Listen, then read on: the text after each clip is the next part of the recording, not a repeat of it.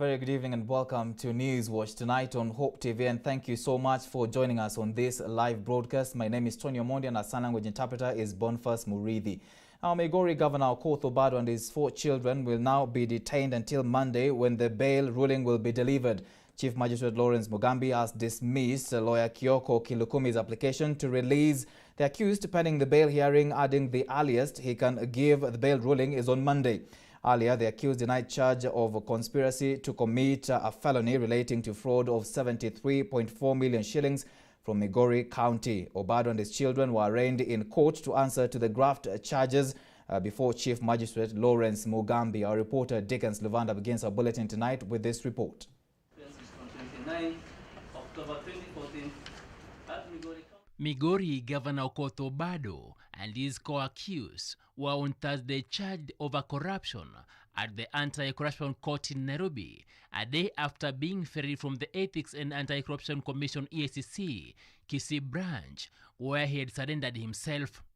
Obado, his 4 children alongside 11 Migori County staff and suppliers denied all the 28 counts that were read to them before Senior Principal Magistrate Lawrence Mugambi in a case where they are accused of siphoning a total of 73.4 million shillings taxpayers' money from the county accounts in dubious procurement deals. And the particulars of offense is between 19 September 2016 and 21st September 2016 at Migori County in the Republic of Kenya, being the governor of Migori County. According to the court documents, Obado's children who are involved in the case include Dana Chola Okoth, Scarlett Susan Okoth, Jerry Zachary Okoth, and Evelyn Adhiambo Zakarim. The rest of the accused persons are suppliers who won lucrative tenders through corruption in the county and later wired money to the governor and his children's accounts between the years 2013 and 2017 when Obado served his first term. According to the Director of Public Prosecutions, Nurdin Haji, part of the 38.9 million shillings was used to pay school fees, upkeep, maintenance and medical bills for the governor's children who are studying in Australia, Scotland and the United Kingdom. During the hearing, Obado was separately charged with 8 counts of conflicts of interest for the different times that each of his children received money in their accounts from the county coffers. Achola Dan Okoth is said to have received 11.3 million shillings, while Susan Scarlett Okoth is said to have received 1.9 million shillings, and Jerry Zachary Okoth is said to have received 2.3 million shillings. The remainder of 34.5 million shillings is said to have found its way to Obado's household when a house was procured in Loresho Ridge and registered under his daughter Evelyn Okoth. The web of suspected corruption indicates that Obado worked with his friend Jared Peter Okwanga, now termed by investigators as his proxy, who then recruited his family members into the chain. Doing the best in the circumstances, the earliest time that the court may be able to give its decision shall be on Monday, that the 1st of August at 11 a.m. The application to have the accused persons released before the court decides the application is presumptive and is rejected. It is ordered that they remain in custody in the meantime. Before Chief Magistrate Lawrence Mugambi pushed the case to Monday, August 31st,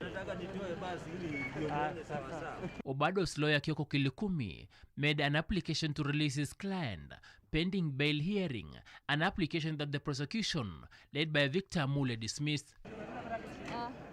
Migori Governor Okoth Obado and his co-accused team, who include his children, will now have to spend tomorrow and the entire weekend behind bars, pending hearing of a bail application. Dickens Luvanda, Hope TV News Watch in Nairobi County. Moving on, the country has recorded 373 new coronavirus cases in the last 24 hours, raising the country's total number of infections to 33,389. Health CIS Dr. Rashid Aman said 4,663 samples were analyzed in the last 24 hours. 13 are foreigners, while 360 are Kenyans. At the same time, 72 patients have recovered from the virus. The distribution of cases by counties is as follows. Nairobi, as is usual, leads with 117, Busia with 66, Nakuru with 37, Kisii with 32, Homa Bay with 15, Kiambu 12, Kisumu 11, Uasin Gishu 8, Garissa 7, Isiolo 7, Narok 7, Taita Taveta 7, Mombasa 6, Muranga 5, Migori 5, Kajiado 4, Kirinyaga 4, Kericho 3, Nandi 3, Nyeri 3, Machakos 3, Bomet 2, Kakamega 2, Kitui 2, Nyamira 1, Siaya 1, Turkana 1, Meru 1, and Makueni 1 each. The rest of the breakdown for the counties is in the document as you will receive it. Today, we are pleased to announce that 72 patients have recovered from the disease. 36 of these are from the home-based care program, and the other 36 have been discharged from various hospitals where they were receiving care. Our total number of recoveries is now 19,368. Sadly also, we have lost 3 patients to the disease, bringing our fatality cases to 567. Meanwhile, Kenya has received 8 billion shillings health sector policy loan for attainment of universal health coverage from Japan. Japanese ambassador to Kenya, Ruichi Hori, also said Japan, through the Japan International Cooperation Agency, has donated 500 COVID-19 kits to enable the Kenya Medical Research Institute, KEMRI, conduct about 50,000 tests. The nation of Japan, through the Japan International Cooperation Agency, or JICA, is one of the first and lasting partners that has supported and invested heavily in KEMRI and its work.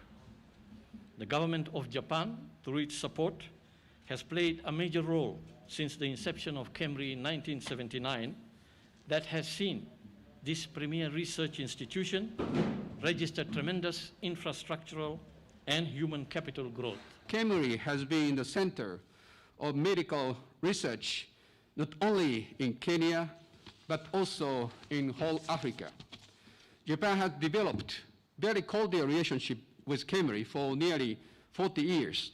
And today, I'm again honored to announce Japan donates PCR test kits with capacity of 50,000 tests through the Japan International Cooperation Agency, JICA, which is a governmental implementation agency for ODA.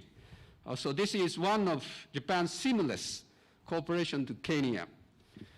Ladies and gentlemen, since the beginning of COVID-19 pandemic in Kenya, Japan has been contributing to the fight against the virus in this country, such as JICA supply of chlorine to water purification facilities. Japan has also disbursed to Kenya around 340 million Kenya shillings through UNDP and the UNICEF to strengthen the health system and provide medical equipment such as medical masks and goggles to hospitals. Religious leaders from the Kenya Council of Church Alliances and Ministries have called on elected leaders in the country to step up to their duties and ensure development in the country without discrimination. Addressing the press in Nairobi, the religious sector also said that the current constitution of Kenya needs to be amended to lessen the burden to Kenyans. Grace Ongoi reports.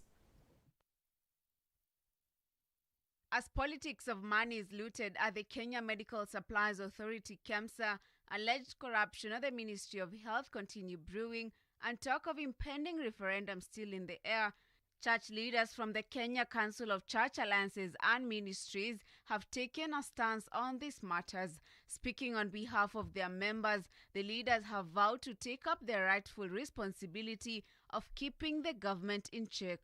We bishops and pastors are going to carry out our apostolic and prophetic role of shepherding the nation as per scripture. It's for this reason you are beginning to hear the church speak loud and clear. You are beginning to see the church engaging with our leaders. Those days when people used to ask, and where's the voice of the church, are all long gone. The president's Big Four agenda has been under a lot of scrutiny, with many applauding its potential to uplift Kenyans' lives and improve the economy. On the same note, the church leaders acknowledged notable good things brought by the Big Four agenda, but faulted leaders who have failed to back the president up. We have decided we are going to be watchmen. We are going to be watchmen and keep our eyes on our leaders. I'm talking about our political leaders. I believe our president has an agenda for this country. The Big Four, which has always been spoken of, this cannot be left to one man. That's why our leaders, both in national government and county governments, are there. Responding in regards to their stance on the Building Bridges initiative BBI, the leaders are affirmative that it is still very soon to come up with a conclusive argument of whether they support or oppose the BBI, and called on Kenyans to be patient as they give direction in due time. We are waiting to see the document, what is in that BBI. And once we have gone through it and our experts have interrogated the BBI, would wish to see whether what we submitted is actually taken care of in that BBI, because it provides the platform for the decision that we have to take as the church and way forward. As the nation celebrates the 10th anniversary of the 2010 Constitution, the church leaders have called for a review of some aspects that, according to them, will reduce the number of counties and lessen the burden to Kenyans. In the spirit of the handshake that took place, this would have been a very good time for us to reduce the counties. We are not interfering with the current jobs of governors, deputy governors, MCAs. But I would be happy that we can say during the next election, we shall have a reduced government. Because the kind of burden that is there right now, the burden that the Kenyan exchequer is carrying, it is so heavy that by the end of this June this year, our domestic debt were at 3.1 trillion. Every elections have seen Kenyans receive promises from leaders that have not seen fruition, something that has made Kenyans frustrated. The political class, and I'm talking of some of our leaders, have let us down, have let Kenyans down. As soon as elections are over, what happens? Our political leaders focus on themselves, right? As opposed to making this Wanjiku be self-sufficient or be taken care of. Grace Songoi, Hope TV News Watch. And the Judiciary has launched a policy document that will properly anchor alternative justice system, AJS, with the aim of easing congestion of cases in the formal courts, as well as offering better community-based resolution mechanisms. The policy framework, launched together with the baseline policy on AJS, is part of judicial reforms that seeks to develop alternative forms of dispute resolution, including traditional dispute resolution mechanisms. Chief Justice David Maraga, during the official launch of the policy initiated by the former Justice Dr. Willy Mutunga, said that one of the core principles laid down in the Constitution to guide the administration of justice and the exercise of judicial authority is the requirement to embrace alternative forms of dispute resolution. But Robo Juang has more.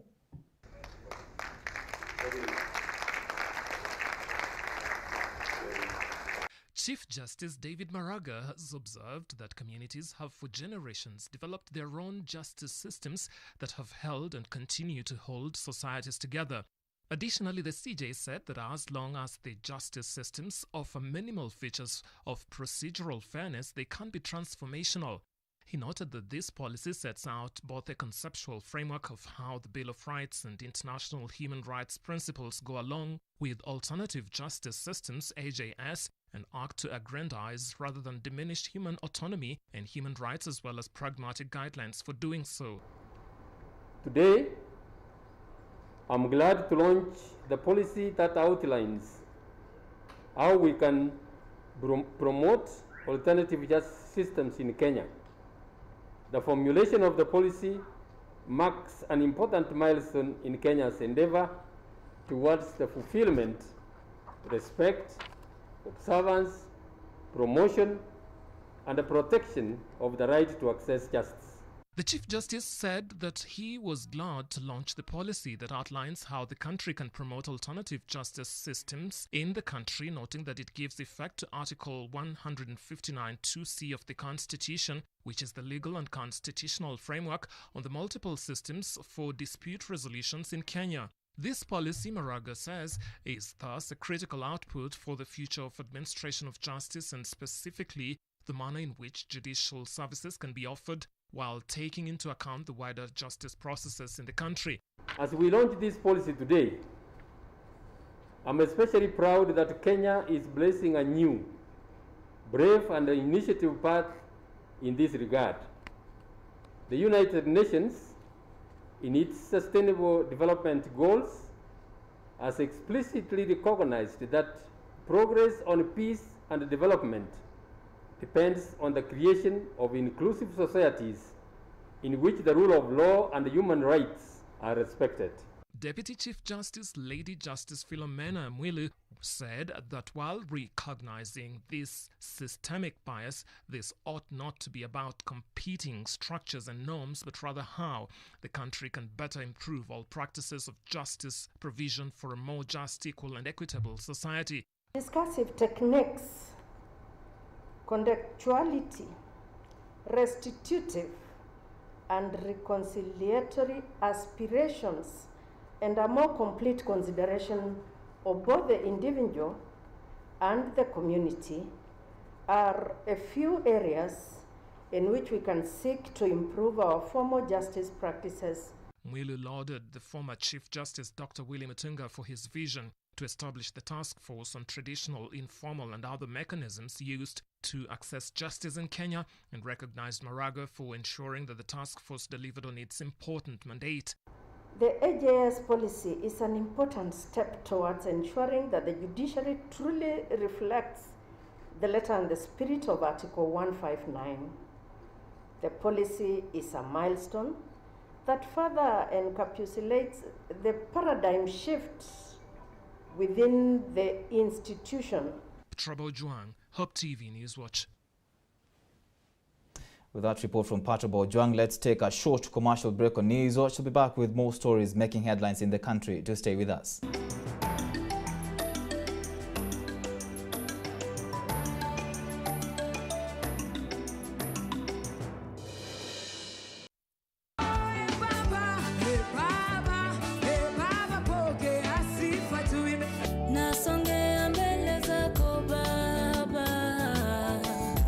Kuletea burudani safi kutoka wanamuziki wa nyimbo za sifa na ibada, mahojiano ya moja kwa moja na mafunzo ya hali ya juu. Dhamira ya mtu ikifa anaweza fanya anything.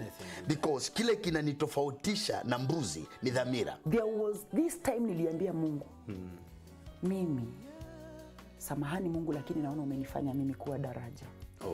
Sitaki.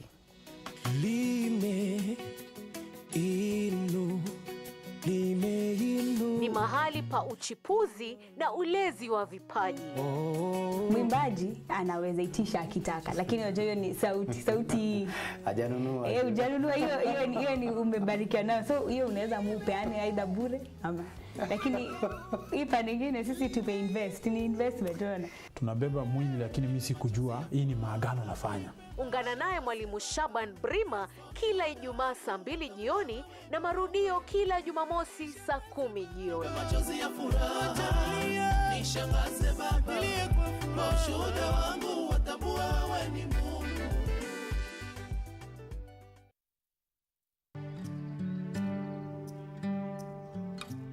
Join John Carson every weekday as he takes us on a journey through the Bible. Whoever shall seek to save his life, if you go back to living for yourself, you're going to lose it. But whoever shall lose his life, give up his life for my sake, he shall preserve it. Enjoy interesting, knowledge-packed, yet simple teachings through his humor and in-depth understanding of God's Word. the last people that tried to put God in a box, literally. He rose again. He wouldn't stay in their compartment. If God was small enough for me to figure out, he wouldn't be big enough for me to worship. Tune in to Hope TV for John Cousin every 10 p.m., 4 a.m., and 10 a.m. weekdays on Hope TV, where you look and live.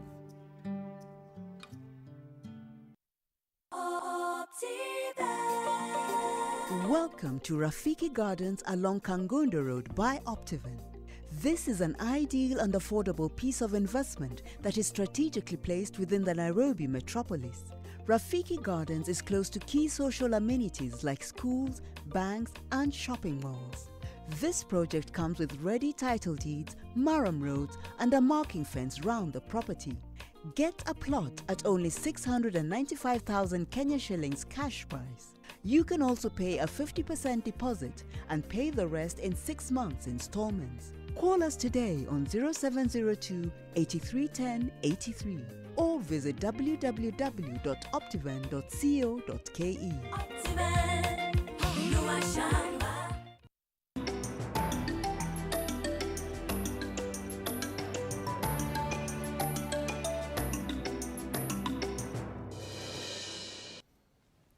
Welcome back to the broadcast. President Kenyatta has met representatives of the Mitumba Association of Kenya, led by their chairperson, Teresia Njenga. In the meeting, the president and the traders have agreed on several measures to curb the spread of coronavirus. This as the government has announced a phased reopening of the economy. Our reporter Grace Soila has the report. As a step towards the resumption of importation and sale of Mitumba in the country, the head of state and the traders agreed on the following measures: that all Mitumba importers shall be required to register with Kenya Bureau of Standards. Mitumba, used clothing and shoes shall be packed in bales that do not exceed 50 kgs. The Ministry of Industrialization, Trade and Enterprise Development and KEBS shall initiate necessary corrective measures. Mitumba importers will also be required to obtain pre-shipment fumigation certificates in addition to complying with health protocols as directed by the Ministry of Health, Ministry of Industrialization, Trade and Enterprise Development and KEBS. Importers will ensure that fumigation is undertaken before baling in compliance with the established standards. Bila maendeleo, bila ukulima, bila utalii, bila mambo haya yote, hata tukijikinga, mwishowe tutakula nini? Si ni hivyo? So sasa ndio tunaanza kuingia huo muda wa kusema tuataka kujikinga kiafya, lakini pia tuataka sasa kurudisha biashara zetu. Na hizo biashara ambazo tunarudisha, tuataka kuzirudisha tukiwa na fikira mpya, sio fikira ile ya zamani. Further, Mitumba importers will be required to adhere to the KEBS standards and ensure that prohibited items are not imported into the country by instituting necessary sorting and categorization mechanisms before baling. The members of the association have committed to observing these requirements and have been made aware of the sanctions associated with its violation. Tuwe tunafikiria kila siku ukiamuka, utafanya biashara yako kwa njia gani ya kujikinga wewe, kwa sababu hutaki jioni urudi kwa mzee wa nyumbani ati ni chakula unampatia, kumbe umemletea corona. Hutaki kurudi nyumbani uwe mtoto ambaye ulikuwa umewacha, badala ya kumletea biskuiti umemletea nini? Corona. Na pia hutaki mteja wako awe amekuja kwa kibanda chako kufanya biashara na wewe, lakini baada ya biashara ambayo itamsaidia wewe na wewe umempati. So we must do our businesses going forward, always bearing in mind that we are living in a different world. It is not the same world we came from. This is a different world. Mitumba importers will ensure that they obtain certificates of conformity from KEBS, contracted agents in the country of origin, before importation. KEBS and KRA shall also undertake necessary random inspections to ensure compliance with relevant laws and will take action against offenders in accordance with the law. The President has reiterated the government's commitment to continue creating an enabling business environment for enterprises to thrive by eliminating trade barriers. Cabinet Secretaries Dr. Fred Matiang'i of Interior, Betty Maina of Trade, and Mutahi Kagwe of Health attended today's meeting. Reporting for Hope TV Newswatch, I'm Grace Soila. All right, to the counties now. Financial crime investigation officers have arrested 6 officials of the Malindi National Government Constituency Development Fund, NGCDF, in connection with the theft of 20 million shillings during the construction of the Malindi Sub-County Education Office.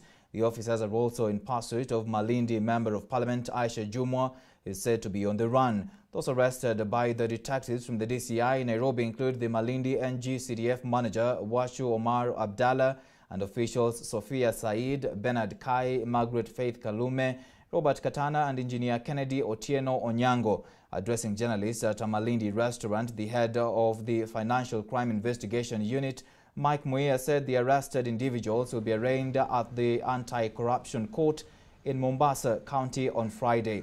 The DCI has been investigating alleged flawed procurement procedures for the construction of the education office that cost the NGCDF 20 million shillings.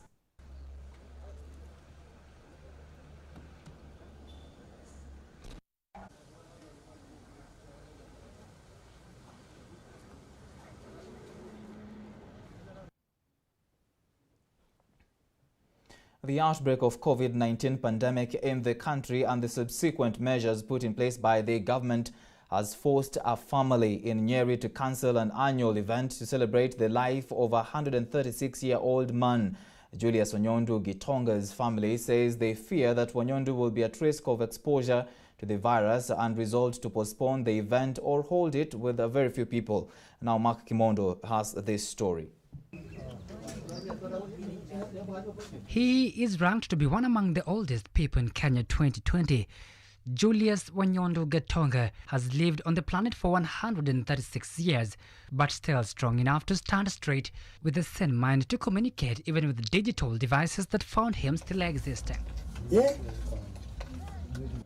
Next to Onyondu are his children, grandchildren and great-grandchildren who always visit this home in Nyeri County annually to celebrate their ancient granddad who has shocked many with his ability to do a few things despite his age. But this time round their celebrations were hampered by the COVID-19 pandemic. Kwa tumepanga tukutane wiki ya Saturday ya 3 ya mwezi huu, lakini kwa sababu ya hii ugonjwa tukaahirisha mpaka wakati ule takuwa hakuna ugonjwa ndio tulipita. Having been born in 1884, Onyondu has witnessed generations coming and passing, with many born, living, him still breathing. Though one has to speak louder to enable him here, Onyondu has a rich history from colonialism, Mau Mau war post-independence era, and says he will vote for President Uhuru Kenyatta if an election is held today.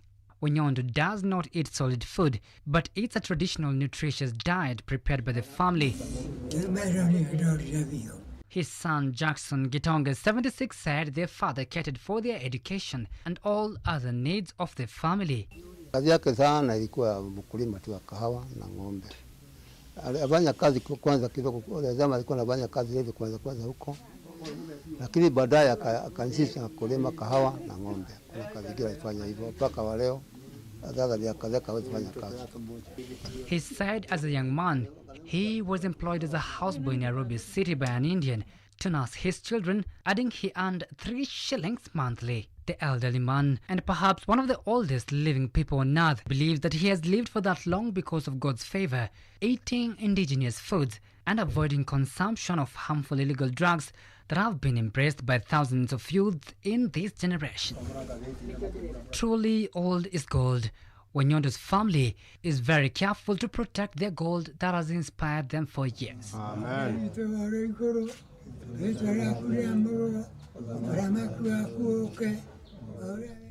Mark Kimondo, Newswatch. Thank you, Mark Kimondo, for that report. Now, residents of No in Mwingi East have held demonstrations to protest over the Kadhanzi Hospital project that has stalled for 4 years now, denying them access to healthcare services despite a rise in snake bites in the area.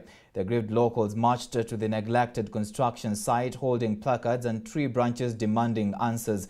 They accused the county government of Kitui of neglect, saying the situation has forced them to walk for more than 20 kilometers to seek medical services from other facilities within their vast No ward.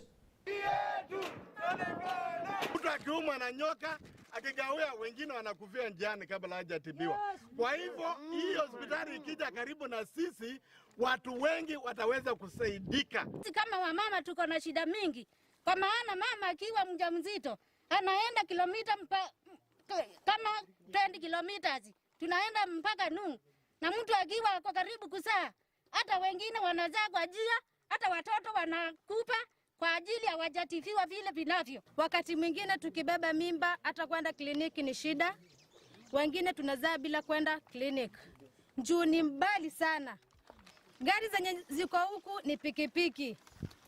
Pesa ile iko chini kuchukua pikipiki 500. And the Chief Administrative Secretary in the Ministry of Public Service and Gender, Rachel Shebesh, has expressed disappointment over underutilization of Uwezo Fund by Isiolo residents, especially from the Isiolo South constituency. She lamented that no one has ever benefited from the fund since inception. Speaking in Isiolo town during a visit to monitor and evaluate progress in the issuance of affirmative action funds given to women, youth groups and people living with disabilities, the CAS said it was a disservice to residents of Isiolo South to miss out in accessing government funds, blaming local leaders. For Isiolo North, we are continuing. They've been getting money, but the women and youth and persons with disability of Isiolo South are missing out on their right, which is the money to help them grow their businesses. Around you will see that many businesses have been closed down. People who are doing business of every day have no longer got any other income. And so it is the time that we need to intensify how much money we are giving on the ground. So working with the officers here, through the Office of County Commissioner, we hope that next month the amount that we have given will double because we have the capacity. We know the challenges of payment in this area, but we must surmount those challenges so that we can be able to give out our money. Then living from here, Huduma Center, of course, we've come to look at because it is still part of our ministry and to see what kind of services are being offered, and we're happy with what is happening. Then we will be looking at groups that have gotten the money from these funds and see how they are doing. Isiolo South peke yake imekosa hiyo pesa, na jana iligawanywa hapa check, sisi tulibaki kwa vile MP yetu, kwa sababu kama yangeset hiyo committee hata leo sitongepata. Kwa hivyo mimi na appeal kwa MP yetu, and tunapatia order from now, hakisha kuja nyumbani akae na watu ajue namna itakuwa registered. Otherwise in 21 days time sisi ndio tutaenda kujifanya register mwenyewe without passing. Tunaomba notice aende afanye kitu. Newswatch takes another short commercial break. We'll be back with business news. Stay with us.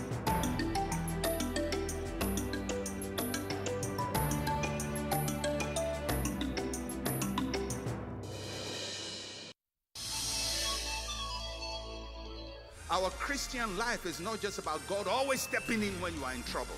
But sometimes you need to go through the valley of the shadow of death, and God will say, angels, stand away. He must go through that. She must go through that. Because out of this would come something greater and more beautiful.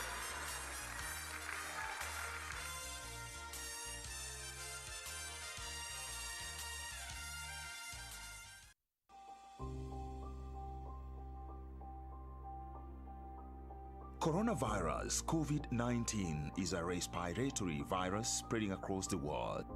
The infection is spread from droplets of coughing and sneezing of an infected person, touching or shaking hands, or being in contact with contaminated surfaces or objects with the virus.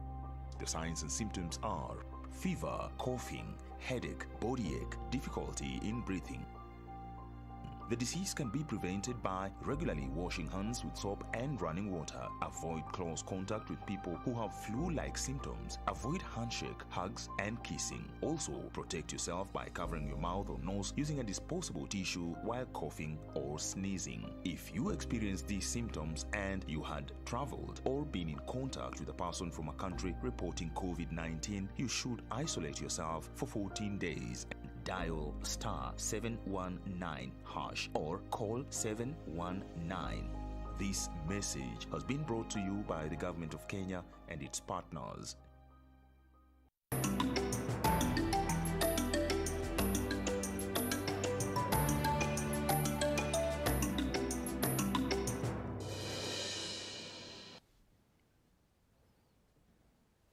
Welcome back. You're watching Hope TV News Watch. The National Irrigation Authority, NIA, will in the next 2 weeks know whether its request for 700 million shillings government funding to complete phase 1 of the Galana Kulalu Food Security Project will be approved. Water and Irrigation Cabinet Secretary Cecily Kariuki on Wednesday said discussions on the request made by the authority were ongoing. Addressing journalists after an intensive inspection tour of the project domiciled in Kilifi and Tana River counties, Kariuki said it was logical that the materials already procured are put into use through additional funding. Kariuki's tour follows another one made by the National Development Implementation Technical Committee, chaired by Interior Principal Secretary Dr. Karanja Kibicho about 2 months ago after the NIA made the request for additional funding.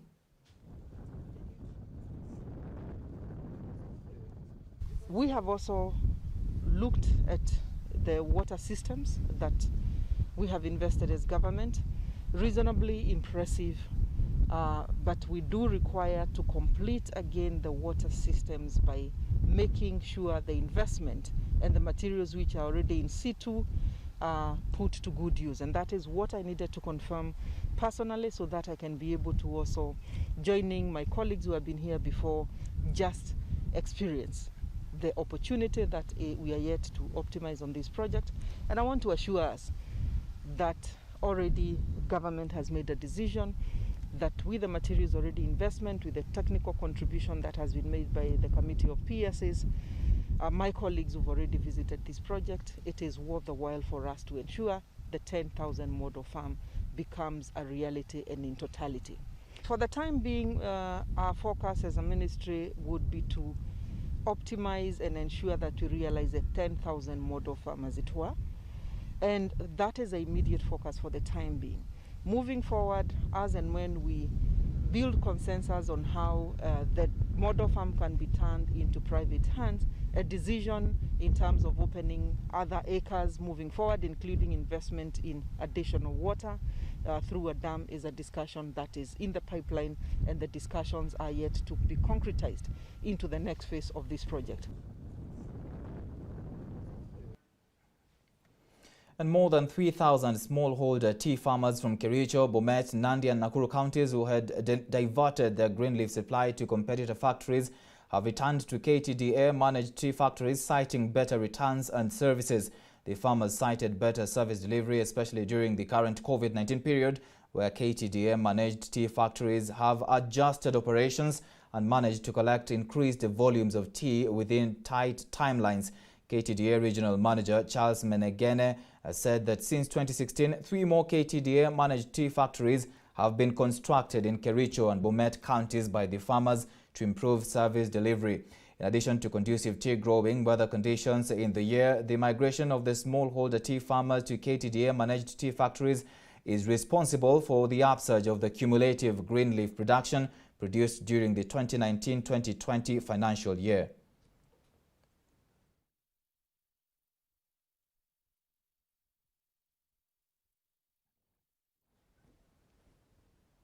NCBA Group has reported an 8.3% rise in its half-year profit to 2.6 billion shillings from 2.4 billion shillings last year.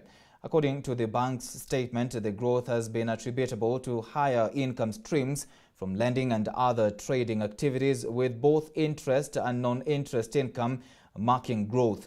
Its lenders' net interest income improved to 11.2 billion shillings from a flat 5 billion shillings, as interest income surged by twofold to 20.7 billion shillings. The loan loss provisions rose nearly 6 times to 7.6 billion shillings from 1.3 billion shillings, driven by uncertainties arising from COVID-19.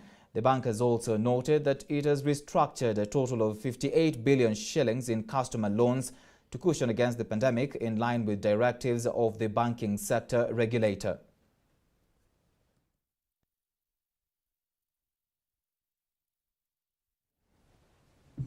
Kenyans have diversified e-commerce's means to ensure that their businesses remain afloat during this pandemic, with other business owners closing offices and relocating to the digital space. As businesses move online, developing a diverse market strategy has become more important to boost the growth of brands as well as profit margins. A competitive online trading space has forced those using the online platform to secure longevity in a shifting market. Judiciary reports. The Kenya National Bureau of Statistics established that by 2017, 27% of private enterprises were engaged in e-commerce, although the formal retail penetration in Kenya is estimated at 30%.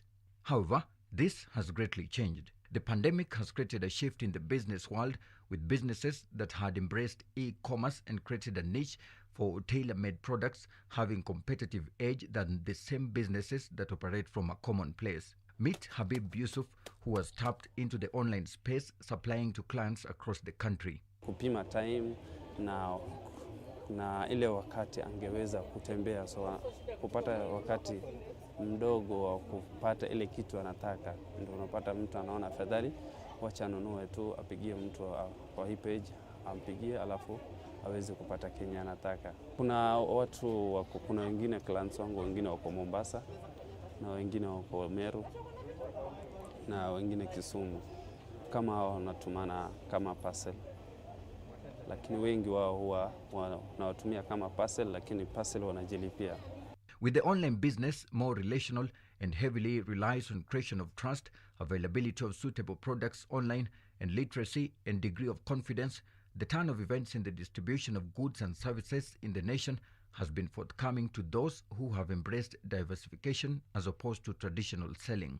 Biashara venye saizi inasonga, itafika mahali watu watakuwa ni online sana. Online kabisa. Online bro, kwanza lazima ukuwe mwaminifu. Kwa sababu biashara online kuna kuanga na challenge mingi. Kuna customer wengine wakiona mtu anauza online huwa wanaamini. Sasa ukiwa kama wewe si mwaminifu, huwezi endelea na hiyo kazi, kwa sababu unaweza tumiwa pesa ambao hata bado mali hujatuma. Like kama unaweza tumiwa pesa kama 20,000, waambiwe bana nataka vitu fulani unitumie. Lakini kama sasa wewe si mwaminifu, utaingiwa na tamaa, uchukue hiyo pesa uache, na hiyo ndio mwisho wa biashara yako.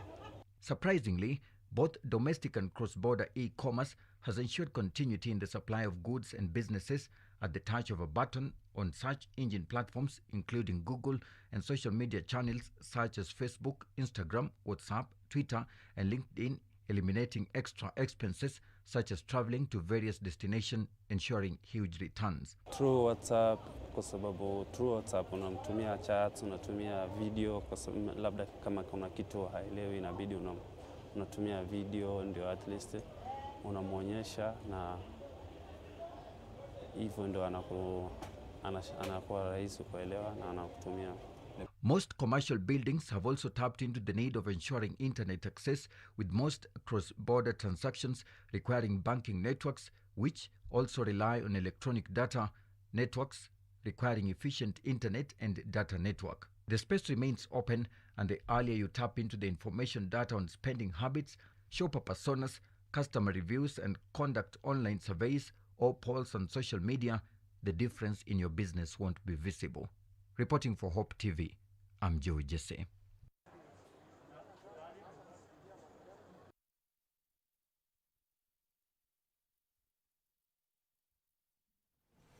Well, that story brings us to the end of this live broadcast tonight. Thank you so much for staying with Newswatch. My name is Tonny Omondi, and the sign language interpreter has been Boniface Muridhi. Good night.